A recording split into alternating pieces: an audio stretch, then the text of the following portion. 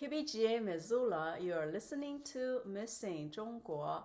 Today, our language theme is the 81st element in the periodical table, which is thallium. And then I would use the homophone for that in Chinese, which is ta, as the theme. And the ta actually in Chinese could mean a lot of things. Could be he or she or it. The character it looks very much like the thallium in Chinese, but I can't find many songs, so I'd like to use she or her as the theme. So, Mr. C, can you think of any movies that can be related to she, her, or it? I can, in fact.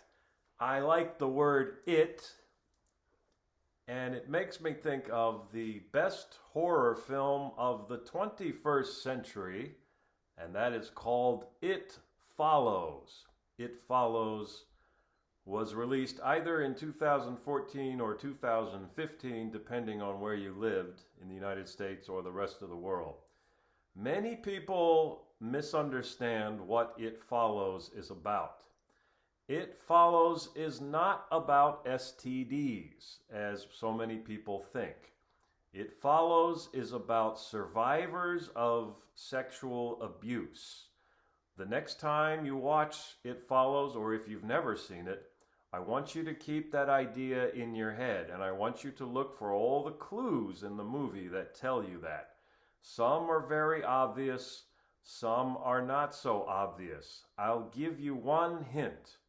I want you to figure out who the main girl, the main character, who her father is.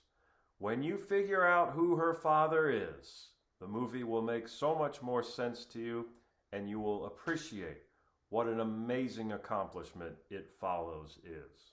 So, you don't allow a different interpretation?